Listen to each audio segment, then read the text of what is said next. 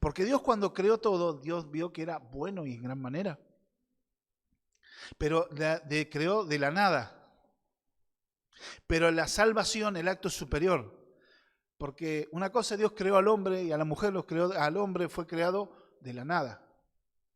¿Sí? Creó el universo de la nada. Y después de la tierra, Dios creó, del polvo de la tierra creó al hombre. Y después creó a la mujer.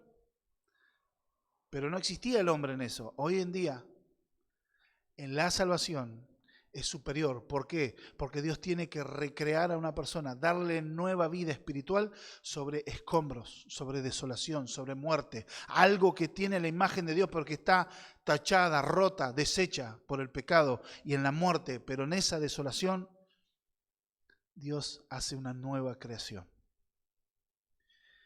Y Pablo, en el libro, en la carta a los Efesios, capítulo 2, vamos a arrancar, capítulo 2, vamos a leer los versículos del 1 al 10, vamos a abarcar sobre el tema y como título de sermón le puse resucitados por Él. Porque hay algo que se ve, es la resurrección por su gracia, resucitados por Él. Y nosotros vamos a ver en la palabra del Señor tres encabezados, tres secciones de esta palabra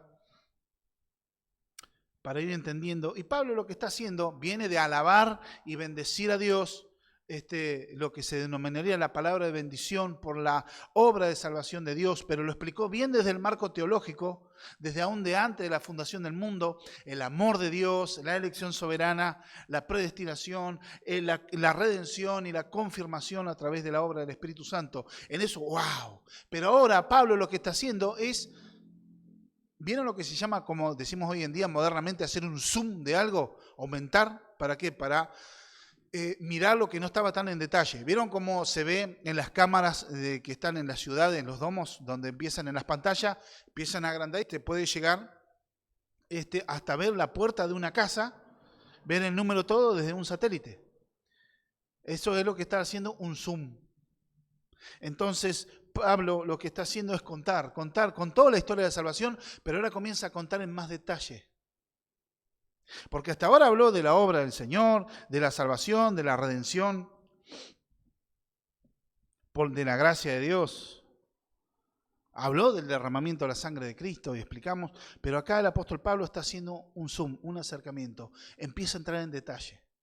¿Por qué Pablo está haciendo eso? Porque también como Dios quiere hablarnos nosotros esta mañana, no solo profundizar, bueno, la salvación, la cruz, bueno, son detalles que tenemos, pero ¿por qué Pablo enfatiza en eso? Y nosotros debemos aprender eso, porque tenemos que llegar a entender a través de la carta de los Efesios que el Espíritu Santo nos alumbre, nos ilumine. ¿En qué sentido? De que nosotros debemos tener en cuenta lo siguiente: ser alumbrado en nuestra vida, entender por qué somos la iglesia. ¿Qué origen tiene la iglesia? ¿Por qué estamos acá? ¿Para qué estamos acá? ¿Y hacia dónde va? Responde muchas preguntas, las clásicas del existencialismo. ¿Quién soy? ¿De dónde venimos? ¿De dónde vamos? Entonces, entender como iglesia la obra de la redención. Y Pablo está queriendo explicar esto. Y está dirigiendo la atención en bendecir a Dios. Los motivos de su oración, por estas cosas oro. ¿Para qué? Para que sea alumbrado nuestros ojos de entendimiento. Podamos entender la riqueza de la gloria de su gracia, entender el arsenal y la disposición del poder de Dios que está a favor de nosotros. También entender el origen de la salvación, el propósito de esa obra monumental del Señor, porque Pablo está alabando la omnipotencia de Dios. Vamos a leer el versículo 1 al versículo 3 en primera instancia, que le puse como título, es un diagnóstico demoledor. ¿Por qué? Porque esta ciudad que estaba sumida en la idolatría, en el politeísmo, en la hechicería, en la magia, vivían atados por los temores a los espíritus del inframundo, del lugar de los muertos, que los atormentaban. Acuérdense que ellos, por ejemplo, tenían su deidad máxima a Diana de los Efesios, que era considerada guardiana y protectora de todos esos espíritus malignos. De hecho, hay también cuestiones esotéricas ligadas con el judaísmo también. El judaísmo, no todo el judaísmo era ortodoxo. Había una parte del judaísmo que tenía esa tendencia a creer en lo esotérico. Inclusive hay libros de magia y hechicería que hacen invocación a espíritus. Por ejemplo, hay un recitado que invocan la protección a Salomón, invocan al espíritu de Salomón, ya muerto hace 1000 años más o menos a esta altura. Más o menos, entonces invocan la protección de Salomón y que invocan a los espíritus del bien, un dualismo, toda una cuestión ya contaminada, enrarecida. O sea, había infiltrado también ese esoterismo, esas religiones iniciáticas, lo que sería algo, una noción del gnosticismo, las religiones de misterio. Estaban en esa época y los efesios vivían en esa atmósfera. Entonces Pablo les empieza a explicar la naturaleza de esta salvación, de quién es su Salvador y que no solo les dio vida, sino que también les dio un estatus nuevo y una vida con el propósito de mostrar su gloria. Vamos a poner primera, vamos a leer versículo 1 del capítulo 2 de Efesios. Y Él os dio vida a vosotros cuando estabais muertos en vuestros delitos y pecados, en los cuales anduvisteis en otro tiempo, siguiendo la corriente de este mundo, conforme al príncipe de la potestad del aire, el espíritu que ahora opera en los hijos de desobediencia, entre los cuales también todos nosotros vivimos en otro tiempo, en los deseos de nuestra carne, haciendo la voluntad de la carne y en los pensamientos, y éramos por naturaleza hijos de ira, lo mismo que los demás. Esto es como una condensación de lo que el apóstol Pablo, inspirado por el Espíritu Santo, escribió en la carta a los Romanos, capítulo 1, 18, hasta el capítulo 3, verso 20. El estado y la caída del ser humano, de la humanidad caída, rebelde y perdida ante Dios. Esto es una condensación, está haciendo un resumen de todo eso. Y cuando muestra en la historia de la redención, ya habiendo explicado la extraordinaria obra del Señor, el Dios eterno, mostrando la obra de salvación y que ese poder se desarrolló y que ese poder está disponible para nosotros en Cristo y que está disponible para todo creyente, ahora Él está realizando un diagnóstico del ser humano sin Cristo. Está dando una argumentación de la condición espiritual del ser humano, de la humanidad, fuera de Cristo. De manera que una de las cosas que debían hacer los efesios era apreciar mejor la salvación que Dios les dio. ¿Por qué Pablo hace el zoom? Para que aprecien la salvación que Dios les otorgó. Porque a veces se corre el riesgo de que como uno no tuvo que hacer nada, entonces a veces se corre el riesgo de restarle valor a la obra de la cruz. Como uno no tuvo que hacer un esfuerzo porque tenemos, digamos así, en nuestro ADN el querer esforzarnos o ganarnos algo por mérito, se le resta salvación porque no hubo un esfuerzo físico ni mental de parte de nosotros, tan solo fue el creer.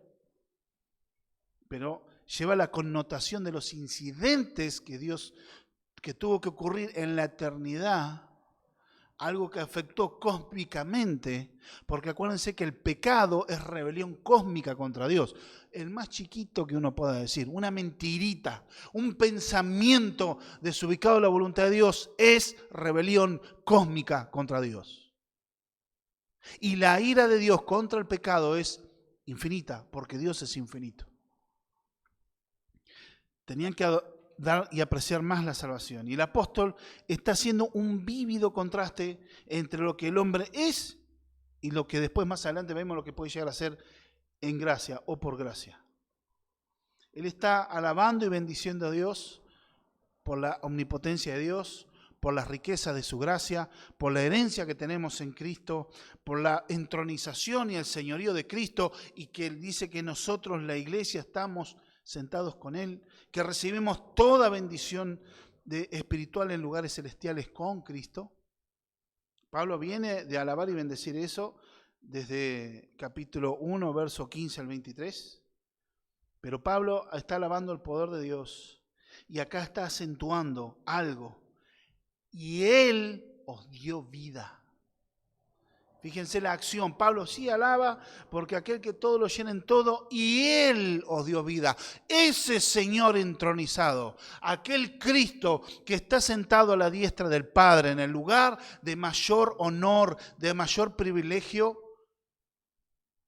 en ese lugar está sentado y Él mismo os dio vida.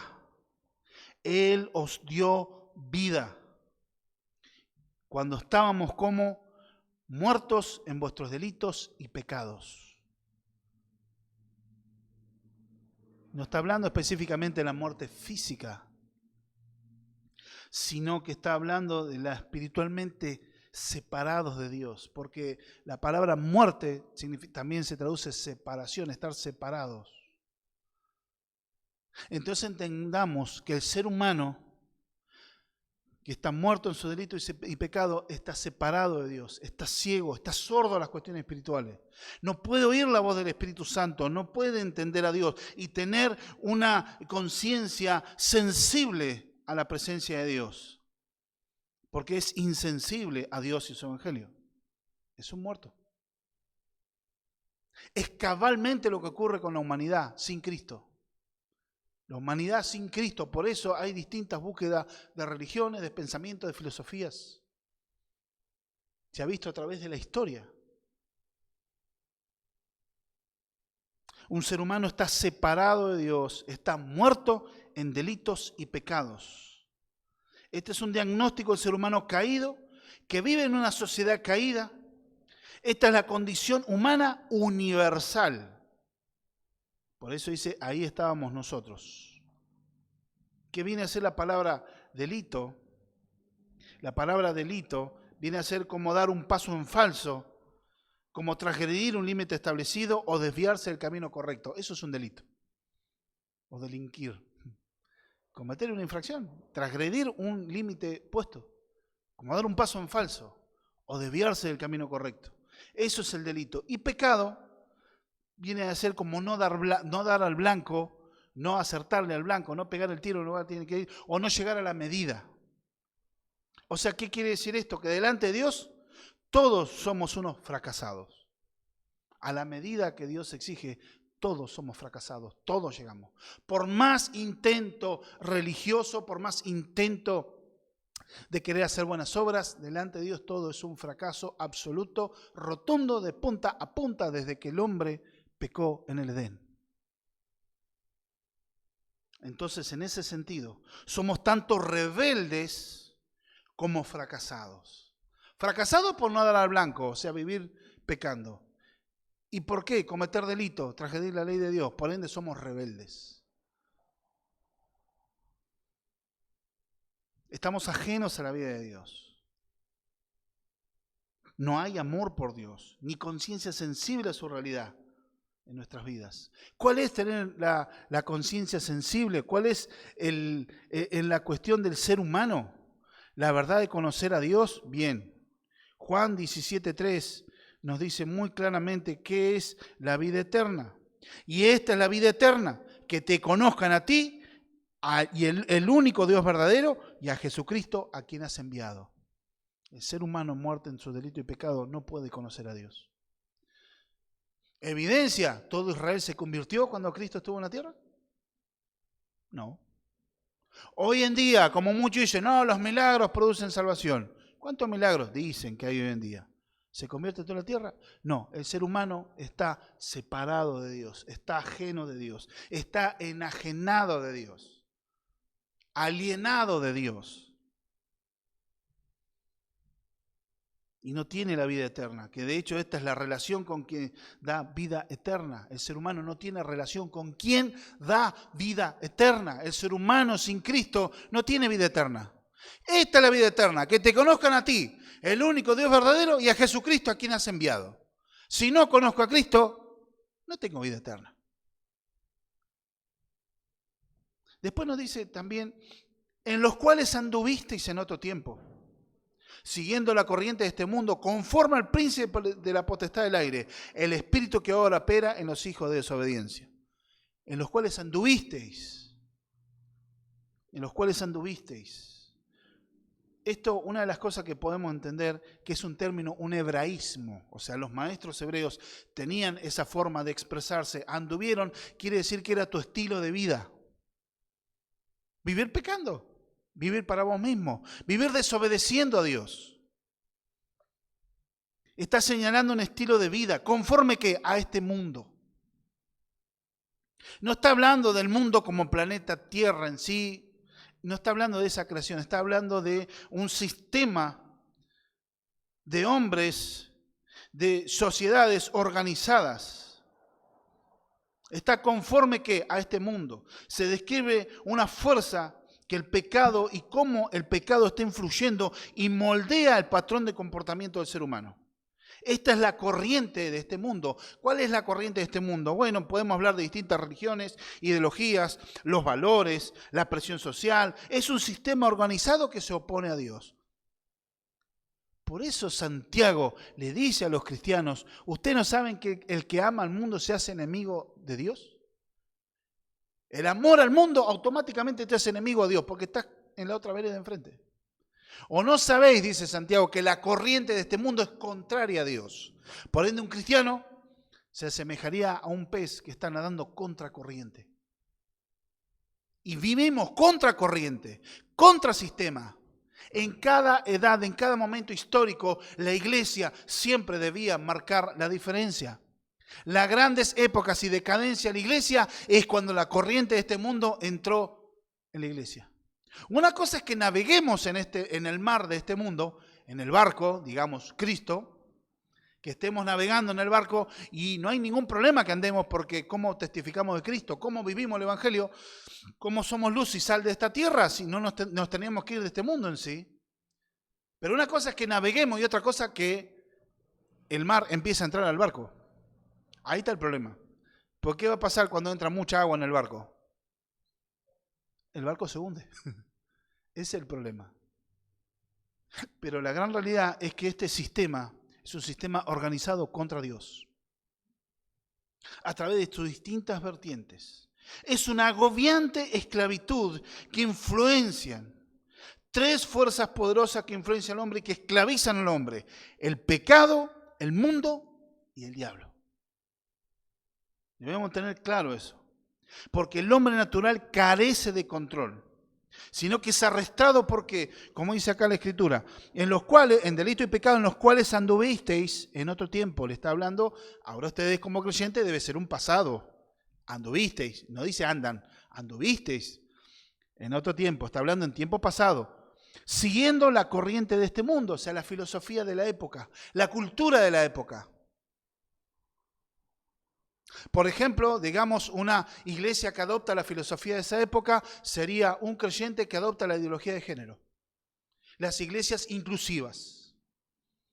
Las iglesias que aceptan todo, no llaman a arrepentimiento, no predican el verdadero evangelio para que venga más gente, supuestamente por ser más inclusivo y después Dios hará la obra. Mentira.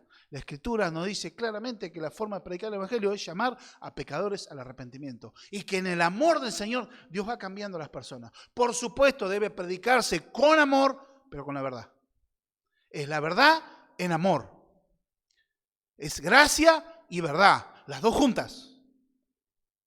Pero se debe hablar la verdad, con compasión, con lágrimas, pero llamar a arrepentimiento. Pero otras iglesias adoptaron la filosofía de este mundo. ¿Cómo vamos a hacer? ¿Predicamos el evangelio o organizamos más shows, más luces, tiramos humo y bueno, que todos vengan como quieren, vamos a hacer más fiesta, porque eso trae gente? Sí, te va a traer gente, pero eso no es la iglesia. El problema es que muchos piensan, yo no, esta iglesia grande así. No estoy diciendo que las iglesias, todas las iglesias multitudinarias son todas del diablo, son todas mundanas. No estoy diciendo. Por otro lado, no podemos decir también todas las iglesias chicas son las mejores. No. Estoy diciendo dónde está realmente el evangelio.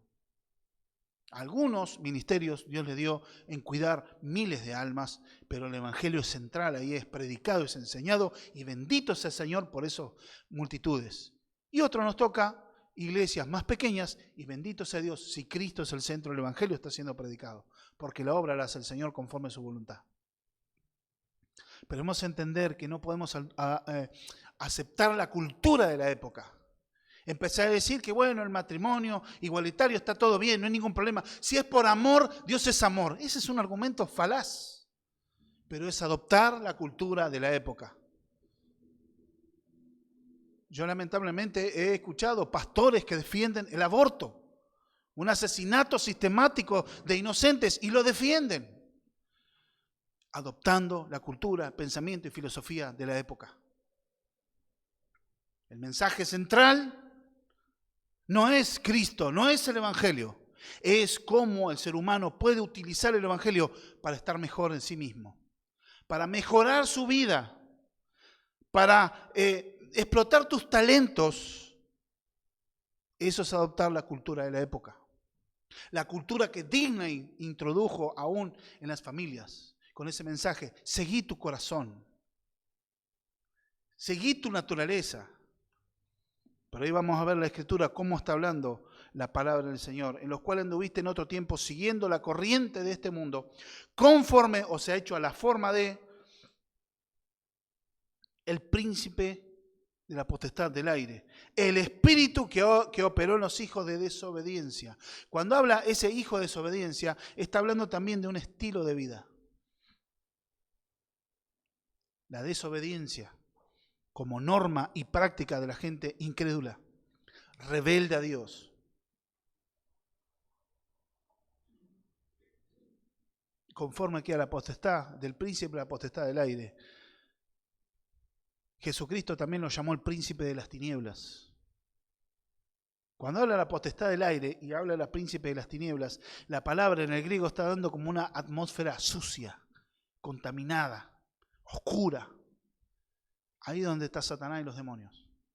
¿Por qué Pablo les habla eso? Porque había una conciencia en ellos, en ese pensamiento de que los espíritus estaban por el aire. No es que tan solo salían de las tumbas, sino que los espíritus, los demonios, estaban por los aires, y ahí entonces por eso viene la lucha entre los gobernadores de las regiones celestes, oeste, espirituales de maldad, que son sinónimos, son fuerzas satánicas, diabólicas, opositoras a Dios y a todo lo bueno.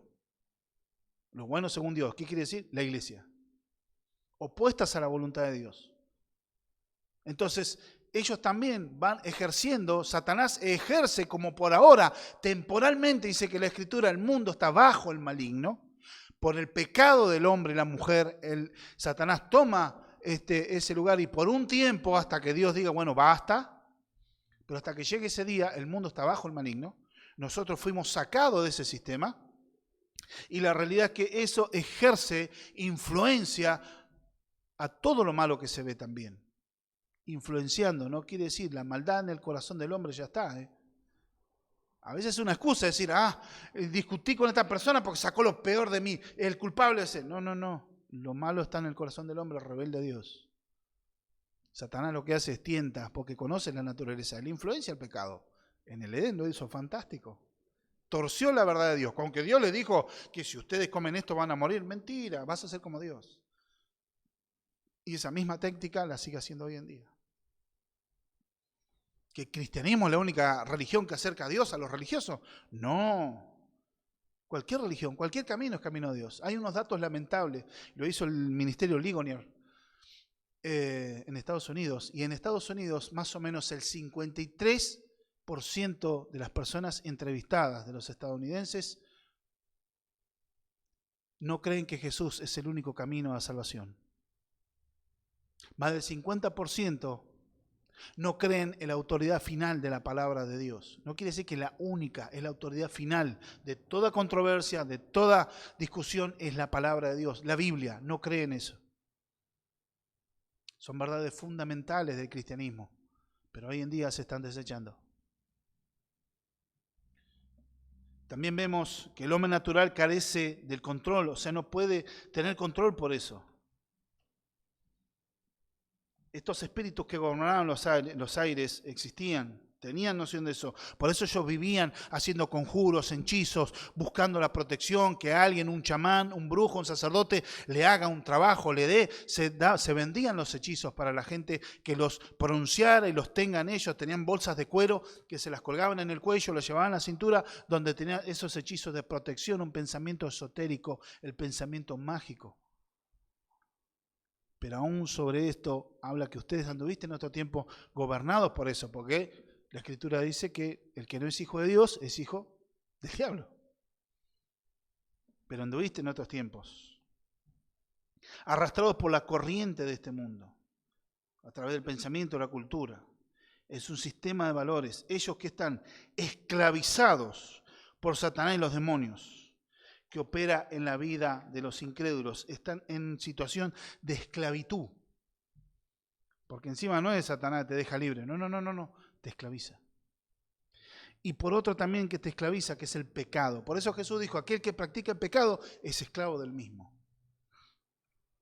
El verso 3, entre los cuales habla de los hijos de desobediencia, es la misma palabra, hijo de desobediencia, que está hablando su estilo de vida, ser desobedientes y rebeldes a Dios. Los cuales anduviste en otro tiempo, siguiendo la corriente de este mundo, conforme al príncipe de la potestad del aire, el espíritu que ahora opera en los hijos de desobediencia, entre los cuales también todos nosotros vivimos en otro tiempo. Fíjense que ahora Pablo se incluye él también. Él se está incluyendo. Antes le hablaba vosotros, ustedes. Ahora todos nosotros estuvimos en otro tiempo. ¿Y cómo dice ahora lo siguiente? En los deseos de nuestra carne, haciendo la voluntad de la carne y de los pensamientos, y éramos por naturaleza hijos de ira, lo mismo que los demás. Vemos algo, esclavos de los deseos. Fíjense, vuelvo y reitero, la filosofía de esta época, viví el momento, seguí tu corazón, seguí tu naturaleza. Quizá puede ser, dice un autor, que en ese momento había una corriente filosófica en Éfeso y en todo lo que era Grecia en ese momento y todo lo que abarcaba ahí. Había una corriente filosófica que eran los estoicos, que ellos enfatizaban en vivir de acuerdo a tu naturaleza, para agradar a los dioses. Pero Pablo está alertando de que eso te está llevando directamente a chocar contra la ira de Dios. No vivas conforme a tu naturaleza. No hagas lo que se te antoja. Tenés que ver que hay un Dios creador al cual un día vas a tener que rendir cuentas. Y acá nos muestra otra esclavitud. Veíamos del diablo, los demonios, el mundo con sus pensamientos, su filosofía, su corriente, y después nuestros propios deseos, nuestro propio pecado. Nuestra naturaleza caída nos esclaviza. Nuestra naturaleza humana, que es egocéntrica y caída. Hablamos de, puede ser a veces deseos buenos, pero por nuestro pecado terminan siendo los que gobiernan nuestras vidas. Algunos deseos por ahí no son malos esencialmente, pero terminan siendo perversos. Por ahí deseos sexuales que pues son normales, que pueden ser naturales, pero están pervertidos por el pecado. De ahí surgen las fornicaciones, surgen los adulterios, surgen distintos pecados hoy en día, las grandes desviaciones que hay hoy en día. Pensar personas que un hombre se quiere hacer mujer, una mujer hombre, porque no se entiende, no se define. Hay más de 160 géneros de sexo. Una locura. Dios solo creó dos, varón y mujer. Pero entendamos hoy que esto contamina el deseo, que es pecaminoso. Pero también, Pablo no vivía como estos efesios, en idolatría. No vivía en desenfrenos lujuriosos, ni pecado, ni en borrachera. Él era un hombre religioso. Acuérdense, antes de ser cristiano, Pablo era un hombre en cuanto a la ley, que era un hombre en cuanto a la obediencia a la ley, era irreprensible. ¿Se acuerdan que lo leímos en la carta a los Filipenses, capítulo 3, donde él, empieza a dar sus papeles, empieza a chapear, cuando él habla de que, aunque algunos se pueden gloriar según la carne, yo también puedo hacerlo. Digamos, si vamos a chapear, ¿qué es lo que dice el apóstol Pablo sobre él? Fíjense, circuncidado al 8º día, o sea, conforme a la ley, del linaje de Israel, de la tribu de Benjamín. Hebreo de hebreos, o sea, era un hebraísta. Él hablaba el hebreo y conservó las costumbres hebreas, aunque había nacido en Tarso. En cuanto a la ley, fariseo. Era la secta más rigurosa de la religión judía. Era un hombre devoto y consagrado, aparte hijo de fariseo, ¿no? En cuanto a la justicia que es por la ley, irreprensible. En cuanto al celo, perseguidor de la iglesia. Ese era un tipo moralmente, un tipo moralista y religioso que creía que agradaba a Dios, que creía que glorificaba a Dios. Pero termina diciendo el verso 7, pero cuantas cosas eran para mí ganancia, las he estimado como pérdida por amor de Cristo. Y ciertamente aún estimo todas estas cosas como pérdida por excelencia del conocimiento de Cristo Jesús, mi Señor, por amor del cual lo he perdido todo y lo tengo por basura para ganar a Cristo. Porque se puede manifestar, sí, en el drogadicto, en el alcohólico, en el borracho, en el adúltero, todo, pero también en el don santulón. En el Señor don bueno, que aquel que moralmente cree que se porta bien. Como hablaba con una persona estos días, no, pero yo sé que esta persona falleció, pero bueno, Dios va a ver su corazón y lo va a salvar. ¿Saben lo que Dios ve en una persona que está sin Cristo? Estás muerto en tus delitos y pecados. Si no te arrepentiste, tu lugar es en el infierno. Hay una condenación eterna, solo se puede adquirir salvación aquí en la tierra. Entonces podamos entender según la Escritura. Se puede representar, dice F.F. Bruce, un autor, decía, puede manifestarse de manera muy respetable, como también las vergonzosas prácticas del paganismo allá en Éfeso. En ese grupo estábamos todos nosotros, decía Pablo, la esclavitud de la naturaleza caída, arrastrados por el diablo, lejos de Dios. Y aún está el término hijos de ira. Es un término hebraísta. ¿Por qué? Por la práctica de la desobediencia, como un estilo de vida. Vivir para los deseos de la carne, yo vivo para mí. Vivir para mí también puede ser algo, ¿en qué sentido rechazar a Dios? No, yo solo voy a estudiar mi carrera, voy a prepararme mi profesión, vivir mi vida. Y Dios, no importa, yo quiero hacer lo que yo quiero. Quiero realizarme yo. Dios ni me interesa, yo me intereso yo. Eso también es un deseo pecaminoso. Y no quiere decir que no puedas estudiar, no puedas formarte una familia. Digamos, los deseos, ¿hacia dónde está el centro? ¿Es glorificar a Dios a través de esa carrera? ¿O es querer vivir de acuerdo a tus deleites y que nada más importe?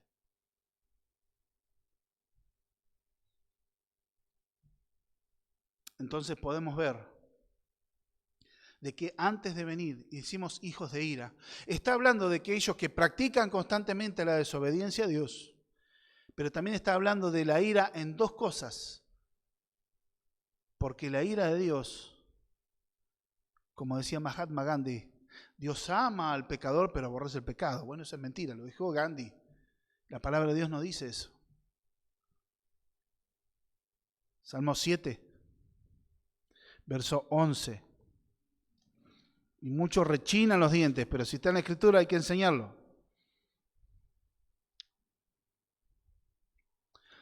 Salmo 7, 11 dice, Dios es juez justo. Y Dios está airado contra el impío todos los días.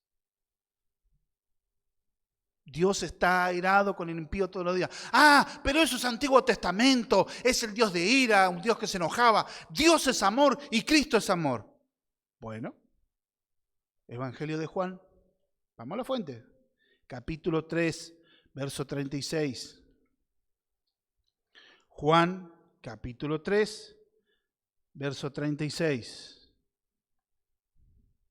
El que cree en el Hijo tiene la vida eterna, pero el que se rehúsa a creer en el Hijo no verá la vida, sino que la ira de Dios está, no dice estará, está sobre él. Y cuando hablamos de creer, ahí hay dos palabras distintas en el griego. Uno, en cuanto a aquel que cree en el Hijo tiene la vida, es la palabra episteuo, que tiene que ver con fe. La palabra es el acto de creer. La palabra griega para fe es pistis. Pero acá es episteo, estás realizando la acción de creer en algo, ponerte de acuerdo en algo, en este caso, creer en el Hijo. Y la otra palabra que se traduce, en Reina Valera acá, se traduce como aquel que rehúsa creer, es otra palabra que es apeitseo. Esa palabra tiene que ver con obedecer. Aquel que rehúsa obedecer, la ira del Padre está sobre él. Por ende, hay un análisis fácil de hacer. La ira está de día y de noche, la ira sobre el pecado y sobre el pecador. Y esta es infinita. Pero por ende, desobedecer a Dios es no creer. Por ende, si no se cree, no se obedece. Tiene una directa relación. Aquel que cree en el Hijo tiene vida eterna, tiene la vida. Mas el que rehúsa obedecer, o sea, rehúsa atender al llamado de Dios al arrepentimiento, la ira de Dios está sobre él. Entonces, y lo dijo Jesús, no lo dijo Pablo, no lo dijo Pedro, no lo dijo Juan, no lo dijo Mateo, lo dijo Jesucristo, Dios hecho carne. Debemos entender que el aparato emocional de Dios es distinto al nuestro. Todos sus atributos, su amor, está en total sintonía con su santidad, con su misericordia, pero también su ira. ¿Por qué? Esta ira es que es infinita. Pero ojo, que esta ira no es un descontrol. De hecho, Dios muestra su ira dejando al hombre en su pecado. Romanos 1:18. Porque la ira de Dios se revela desde el cielo hacia tierra. ¿Contra qué? Contra toda impiedad. Y contra todo lo que quieren frenar la verdad con injusticia. La ira de Dios se derramó. ¿Cuándo? En el Edén. Cuando Adán y Eva pecaron, ahí la ira de Dios actuó. Los sacó del Edén y les dijo las maldiciones que tenían ellos. Pero aún así estaba a la disposición de Dios. Porque cuando ellos se taparon con hojas de higuera, dice la Escritura, que Dios mató un animal y les dio vestido de pieles. Aún ahí, Dios en su amor fiel los cubrió su vergüenza, cubrió su pecado. La ira no contradice su amor, es más bien una manifestación de su carácter de santidad y pureza. Es una respuesta necesaria y adecuada a la rebeldía de la creación contra él. Dice una frase, nosotros no somos pecadores porque pecamos. Muchos dicen, claro, porque vos vivís de esta manera sos un pecador. No, la verdad es que pecamos porque somos pecadores. Es la expresión de nuestra naturaleza ser rebelde a Dios. El hombre sin Cristo es rebelde a Dios. No le importa a Dios, quiere vivir como se le da la gana. Y aún el religioso, porque las mejores motivaciones que pueda tener de hacer un acto religioso es por un motivo equivocado, alejado de Dios en definitiva. Como decía Juan Calvino, en su condición depravado por naturaleza, pecador por mi elección, salvado por la gracia. Vuelvo y reitero, la ira de Dios no es un mal carácter. Y esta tampoco no es caprichosa ni arbitraria, sino es la reacción normal que Dios tiene hacia el mal. ¿Cómo puede tener ira? Dios tiene ira porque ama. Necesariamente porque Dios ama, tiene ira. Y así decía que éramos hijos de ira. No tan solo la ira que estaba en este tiempo, sino, como dice Tesalonicenses capítulo 1, verso 10, habla de la ira venidera. Cuando toda la humanidad tendrá que rendir cuentas a Dios ante su presencia de sus obras, donde serán abiertos los libros y se va a hacer el escrutinio de cada obra, de cada persona que vivió en esta tierra, desde el primero hasta el último.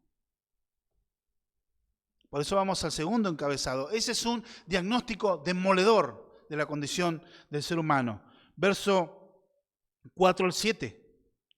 Pero Dios, que es rico en misericordia, hace pero, indica algo que ahí el autor está, o la persona que escribe, va a hacer un contraste. Esto es lo que decía, un diagnóstico demoledor. O sea, eso no se puede discutir. No tiene discusión. Pero, ahí está haciendo un contraste, como si una visión en espejo, un contraste que está haciendo. Dios, que es rico en misericordia por su gran amor con que nos amó. Son hijos de ira, Dios tiene ira contra el pecado y el impío, pero también entendamos de que Dios también es rico en misericordia y en amor con que nos amó. Dios es rico en misericordia. Y si hay cambios en la vida de los efesios, cambios en nuestra vida, es para su gloria, es para la gloria de Dios. Porque nada vio Dios en nosotros para que los motivara a salvarnos. El amor con que nos salvó y el motivo por el que nos salvó solo está en Él. Ya digamos, Dios vio algo que te portabas bien, que hacías buenas cosas. No, nada, porque todo está contaminado por el pecado. El motivo de salvarnos a Dios reside en Él, en su soberana voluntad, en su amor a Él primeramente y exhibiendo su gloria. El amor con que nos salvó está solo en Él, en su amor. Y esa palabra amor tiene una relación directa y es lo que se toma del Antiguo Testamento, la palabra hebrea Geset, que es un amor, fidelidad de pacto. Es una fidelidad que Dios hizo un pacto, acuérdense, el pacto de la gracia. Y el amor de Dios en su fidelidad, su pacto para con su pueblo. ¿Se acuerdan el amor de pacto que vimos en Ruth? Bueno, es la misma palabra. El amor de pacto, el amor fiel. No es el sentimentalismo humano. Y que este amor, que no se rige por el sentimentalismo humano, ese amor que es eterno, que es limpio, que es puro y que es fiel al pacto de su promesa, ese amor se manifestó y la mayor manifestación fue que Dios hizo carne en Cristo. El verbo, que en el principio estaba el verbo y el verbo era con Dios y el verbo era Dios, se hizo carne en la persona de Cristo y habitó entre nosotros. En esto Dios muestra su amor. Lucas capítulo 1, verso 78. Evangelio de Lucas, capítulo 1, verso 78. Por la entrañable misericordia de nuestro Dios, con que nos visitó desde lo alto la aurora. Dios nos visitó a una humanidad caída. El Evangelio de Mateo, capítulo 9, verso 27, describe algo del amor de Dios. Dice, pasando Jesús de allí, le siguieron 2 ciegos, dando voces y diciendo, ten misericordia de nosotros, hijo de David.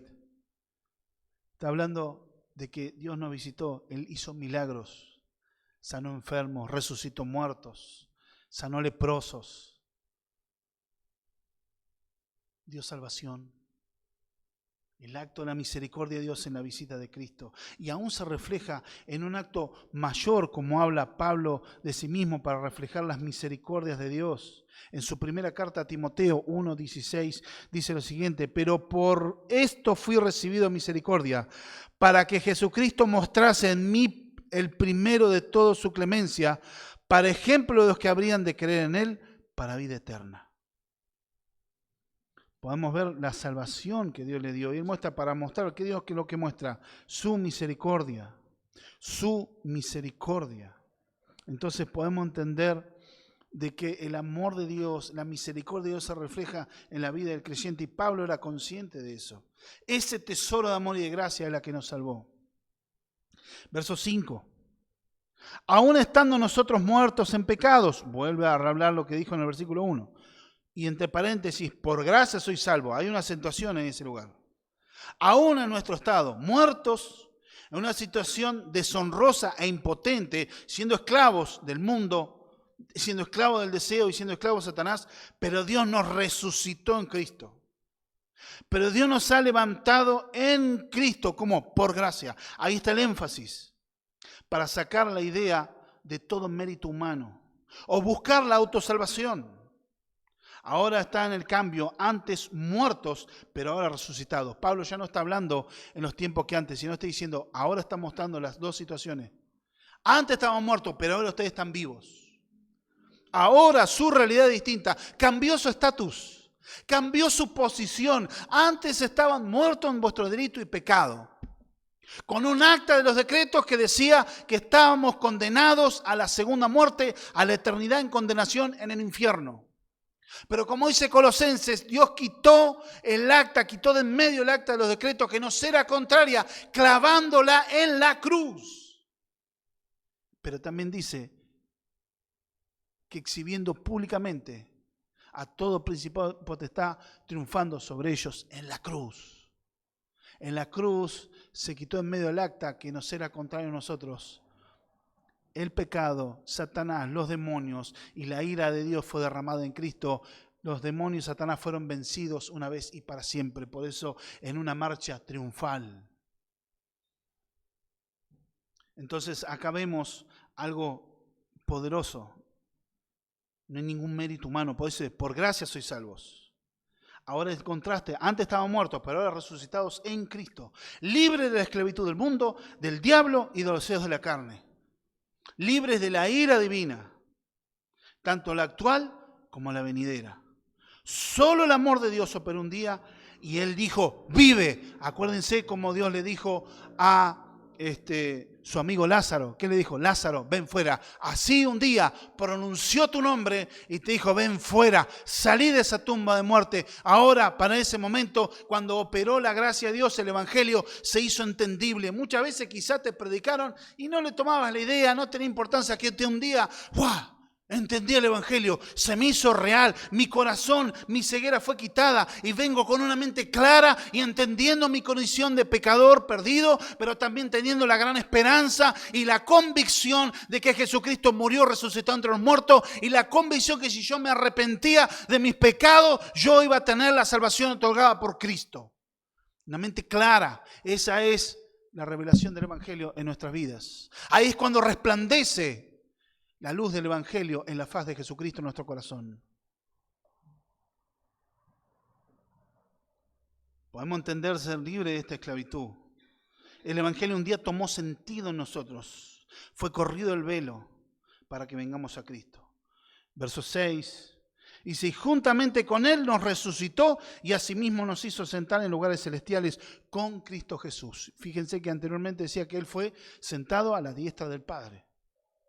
Sobre todo principado y potestad, y lo puso por sobre todas las cosas como cabeza, ¿qué? A la iglesia. El trato de Dios es con la iglesia. La prioridad de Dios es con la iglesia.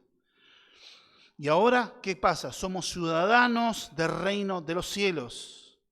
Esa gracia y la disposición del cielo. Por eso el énfasis en mirar las cosas de arriba, que son celestiales y son eternas, como dicen los colosenses. Poned la mirada en las cosas de arriba, que son eternas, y no en las cosas de abajo, que son temporales. Poner las cosas donde está Dios. Por eso cambian nuestros parámetros, nuestros valores, lo que sería la escala de valores, lo que realmente importa para nosotros, lo que consideramos bueno, lo que consideramos malo. Eso, la escala de nuestros valores cambia porque ahora miramos desde el punto de vista de Dios. Por eso es el cambio de nuestra cosmovisión. Antes mirábamos de nuestra naturaleza caída, de la corriente de este mundo que nos enseñaba, nos moldeó nuestra cultura, nuestra nacionalidad, nuestro idioma, nuestros ídolos nos formaron, pero hoy en día miramos las cosas libres de este mundo y podemos mirarlo desde el punto de vista de Dios. Por eso encaramos la vida de otra manera.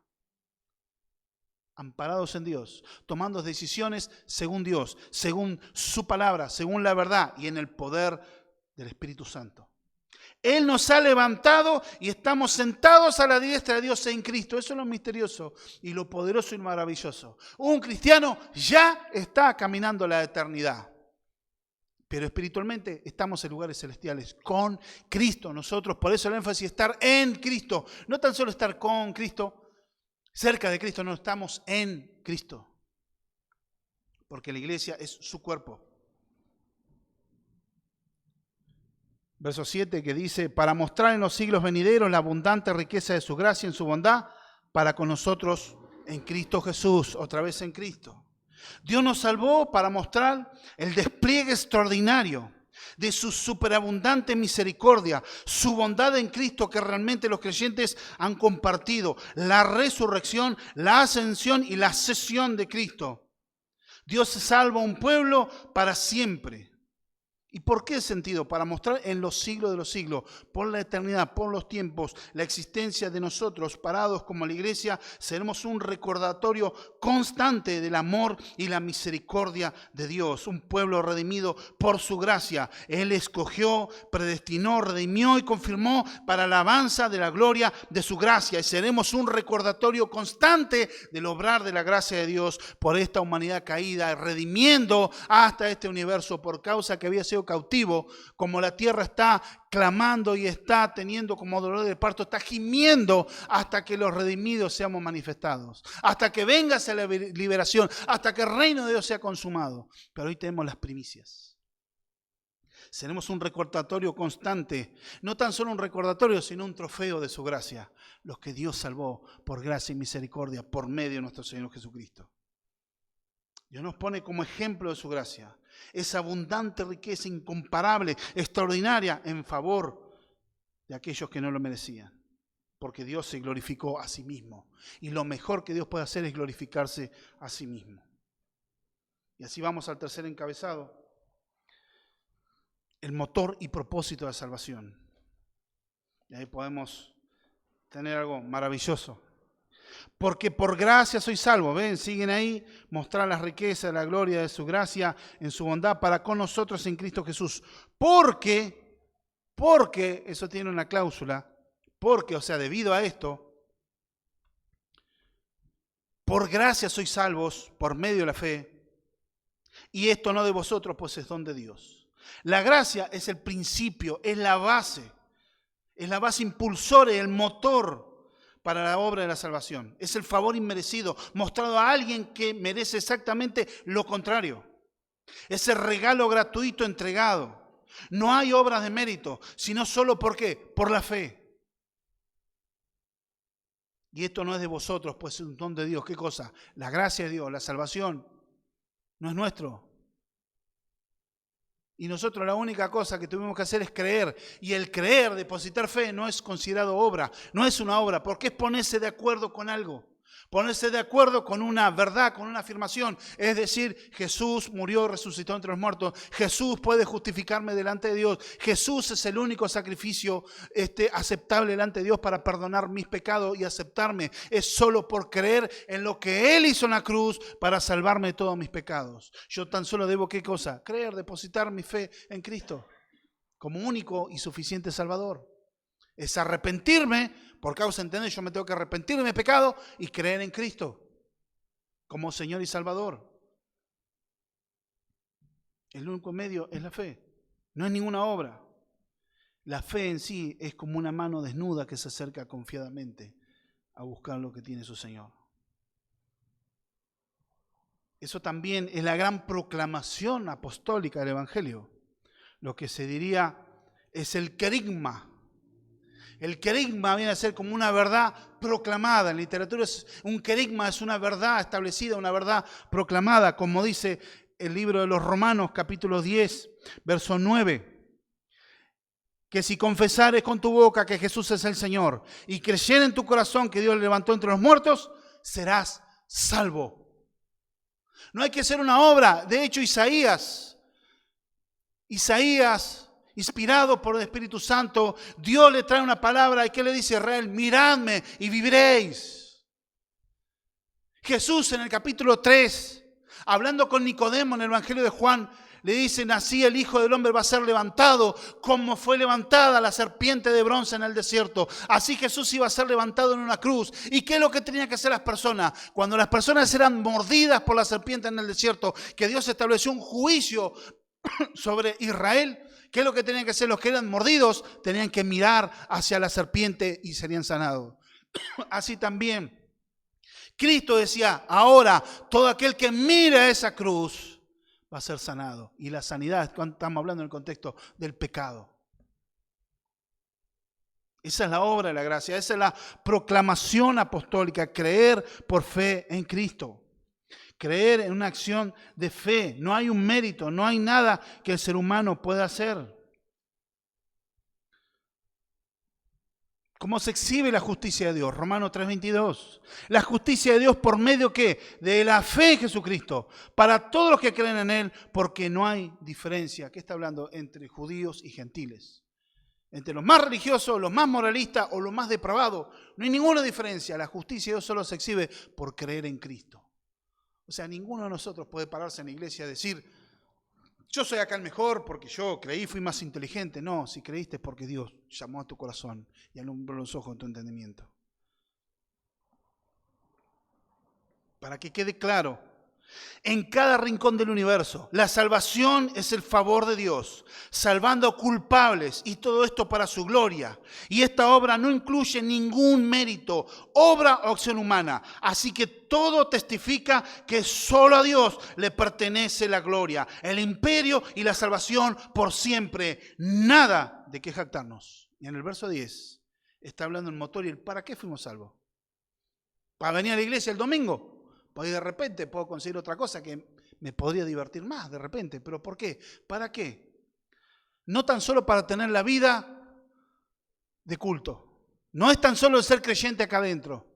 Yo soy creyente 24/7. Lo que vivo tengo que vivir afuera. Y dice la Escritura, el verso 10. Y por ser gracia en el verso 9, no por obras para que nadie se gloríe. Y el verso 10, porque, ahí viene otro porque, explicando porque, viene una acción ahí adelante, somos hechura suya, creados en Cristo Jesús para buenas obras, las cuales Dios preparó de antemano para que anduviésemos en ellas. Hechura suya. Esa palabra es la palabra griega poema. Ahí es la raíz de nuestra palabra castellana poema. O sea, nosotros somos como una obra de arte del Señor. Somos la obra maestra, por eso el hombre es la corona de la creación y en Cristo nosotros somos su obra de arte. Cada creyente, cada hijo e hija de Dios, sos una obra de arte. Por más que el mundo, la situación te quiera sentir como una porquería, como un fracasado, como una basura, Dios te dice hoy por tu palabra que si naciste de nuevo, sos su obra de arte.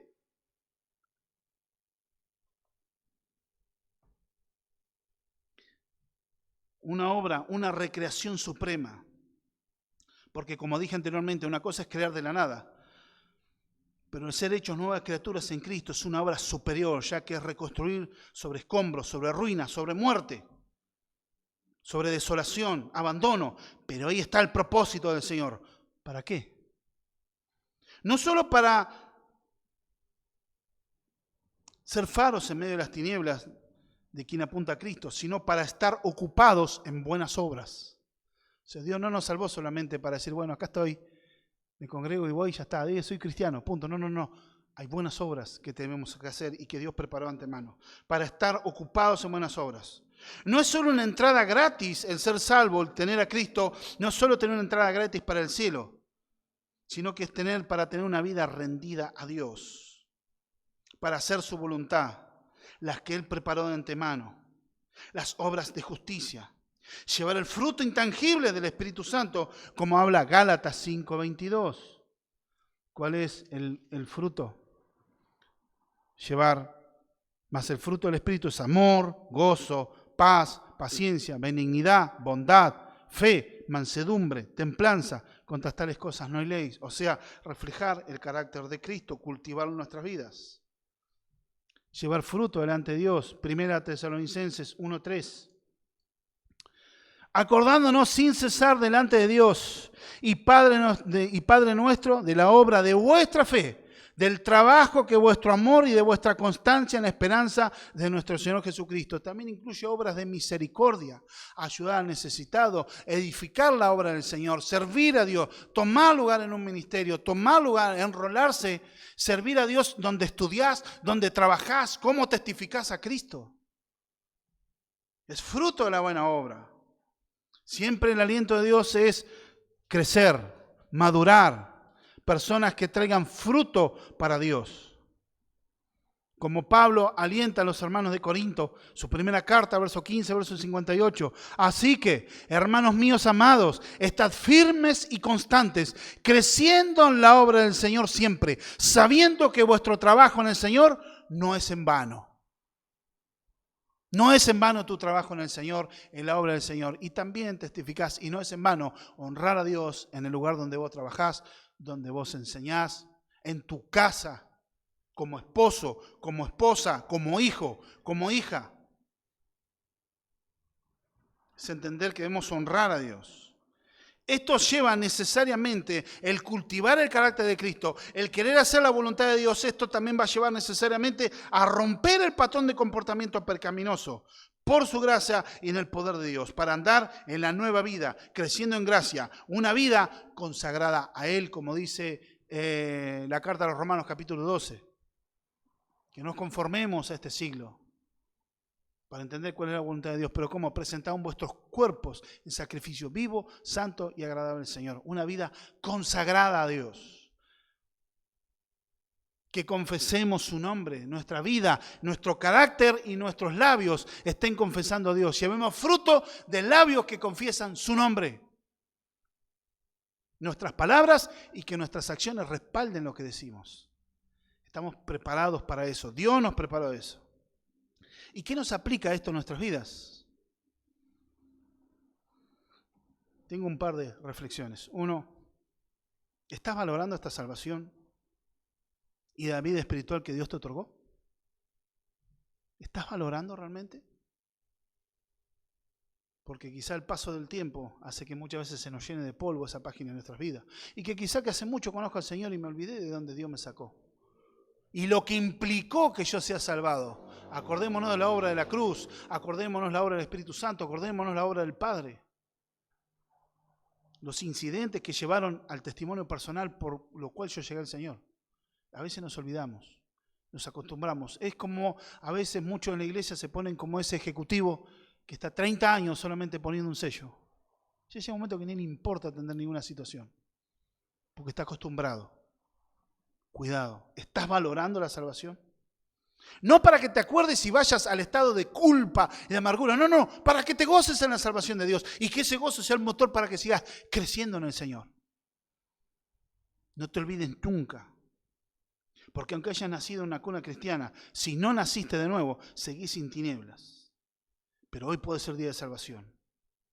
Y aquel que es hijo de Dios, pero hoy está frío, indiferente, que todo te da lo mismo, recordá la gracia derramada, la implicación para que hoy seas un cristiano. Fuimos llamados a una esperanza gloriosa. Tenemos las primicias de nuestra herencia. Somos pueblo bendito, posesión de Dios, con una identidad celestial, una patria celestial. Otra que nos aplica en esto es cambio de estatus. Y debes entender esto. Nada hará que seas más amado o más salvado de lo que sos hoy en Cristo.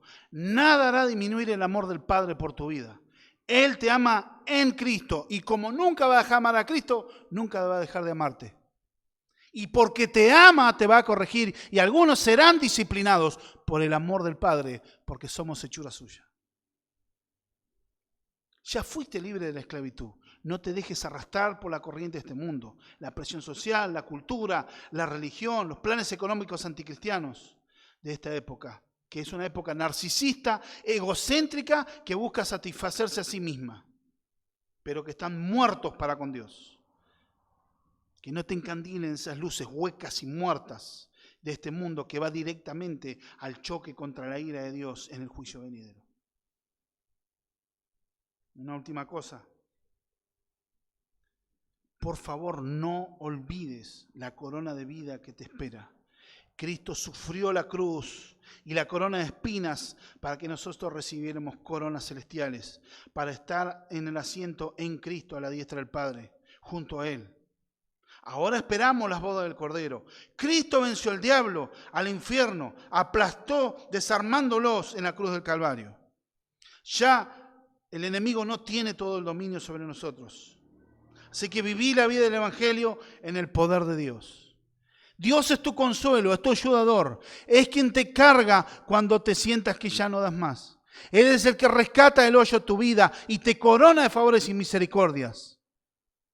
Porque un día Dios desnudó su santo brazo de salvación. Entregó lo mejor y más grande que tenía, su Hijo, para que el Hijo asumiera ese papel en la redención de tomar nuestro lugar en la cruz del Calvario, pero lo hizo con gozo y con alegría. ¿Por qué? Fue puesto el gozo delante de Él. Soportó tal embestida, tal ira de los pecadores por amor de nosotros. Así que gozate en Dios. Viví para su gloria una vida consagrada, porque Él nos dio vida. Amén. Vamos a orar. Señor, te damos gracias por tu misericordia, por tu bondad, por esta, Señor, tu palabra. Señor, te pedimos que tú nos ayudes, que tú nos guíes por medio de tu Espíritu Santo a vivir una vida para tu gloria. Oro, Señor, para que si alguno no ha nacido nuevo, que seas tú trayendo salvación a su corazón, arrepentimiento y fe. Señor, porque tu gracia sea manifestada, no es por nuestras obras. Por eso te damos gracias, porque antes estábamos muertos en nuestros delitos y pecados, pero hoy tenemos vida y vida en abundancia. Te agradecemos por tu misericordia, que es infinita, por tu misericordia y tu bondad.